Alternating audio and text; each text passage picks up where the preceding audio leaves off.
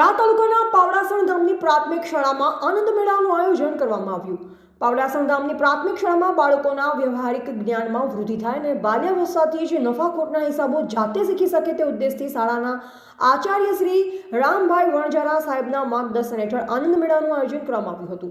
આનંદ મેળાને એસએમસી કમિટીના અધ્યક્ષ શ્રી દિનેશભાઈ બોગુ અને એસએમસી કમિટીના સભ્યો તથા શાળા પરિવારના સ્ટાફ દ્વારા રિબિન કાપી ખુલ્લો મૂકવામાં આવ્યો। ત્યારબાદ શાળાના બાળકો હર્ષોલ્લાસ સાથે મેળાને માણ્યો। આ મેળામાં ગૌમાતા બચાવ અભિયાનના ગૌભક્ત શ્રી વસંતભાઈ દેસાઈ, હીરાભાઈ બોગુ, નેમાભાઈ પ્રજાપતિ, જેપી અણકખિયા, રમેશભાઈ બોગુ સહિત યુવા મિત્રોએ હાજરી આપી બાળકોને પ્રોત્સાહન પૂરું પાડ્યું। જેમાં 21 સ્ટોલ ખોલવામાં આવ્યા હતા અને જેમાં નાસ્તા stall, cutlery stall, fruit stall, soda stall અને દરેક બાળકો દ્વારા નાના મોટા સ્ટોલ ખોલવામાં આવ્યા। જેમાં પાવડાસણ પ્રાથમિક શાળાના બાળકોએ ખૂબ જ ઉત્સાહપૂર્વક ભાગ લીધો હતો।